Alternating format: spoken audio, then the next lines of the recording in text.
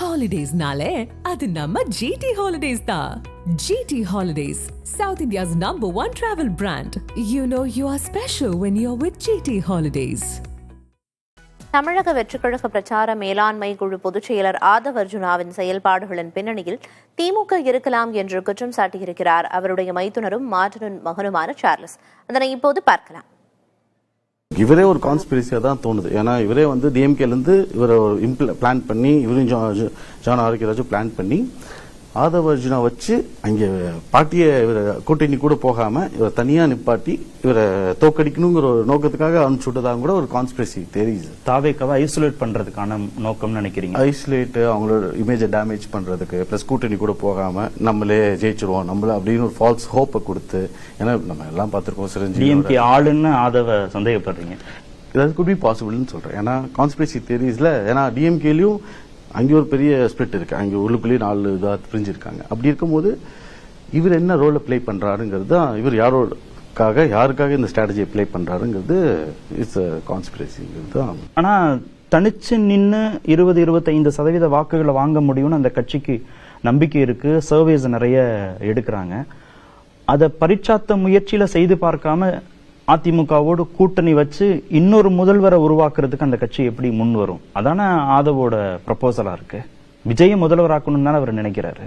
இது ஒரு டைம் பாத்தீங்கன்னா அம்மா வந்து ஜெயலலிதா அம்மா வந்து ஒரு டைம்ல ஒரு ஸ்ட்ராட்டஜி போட்டாங்க. தேர்ட் ஃப்ரண்ட்னு ஒன்று ஃபார்ம் பண்ணாங்க. தேர்ட் ஃப்ரண்ட்னு ஃபார்ம் பண்ணி லாஸ்ட் திரும்பி செகண்ட் டைம் கண்டினியூஸா வந்ததுக்கு வந்து அவங்களுக்கு ரொம்ப ஹெல்ப்ஃபுல்லா இருந்துச்சு.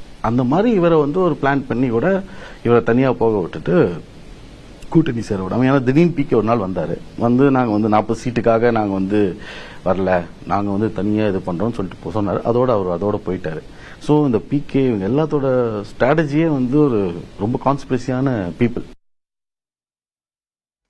தமிழக வெற்றிக்கழக பிரச்சார மேலாண்மை குழு பொதுச் செயலர் ஆதவ் அர்ஜுனா செல்லும் இடமெல்லாம் குழப்பங்களும் பிரச்சனைகளும் ஏற்படுவது தொடர்கதையாக இருக்கிறது என்று குற்றம் சாட்டியிருக்கிறார் அவருடைய மைத்துனரும் லாட்டரி மார்டினின் மகனுமான சார்லஸ்.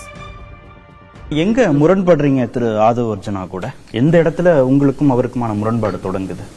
இல்ல, அவர் வந்தது ஃபர்ஸ்ட் வந்து ஃபேமிலிக்குள்ள வந்தாரு. வந்துட்டு அவருக்கு அங்கே வந்தோன்னா அவர் அந்த கம்பெனி பிசினஸ் டேக் ஓவர் பண்ணணும்னு நினைக்கிறாரு.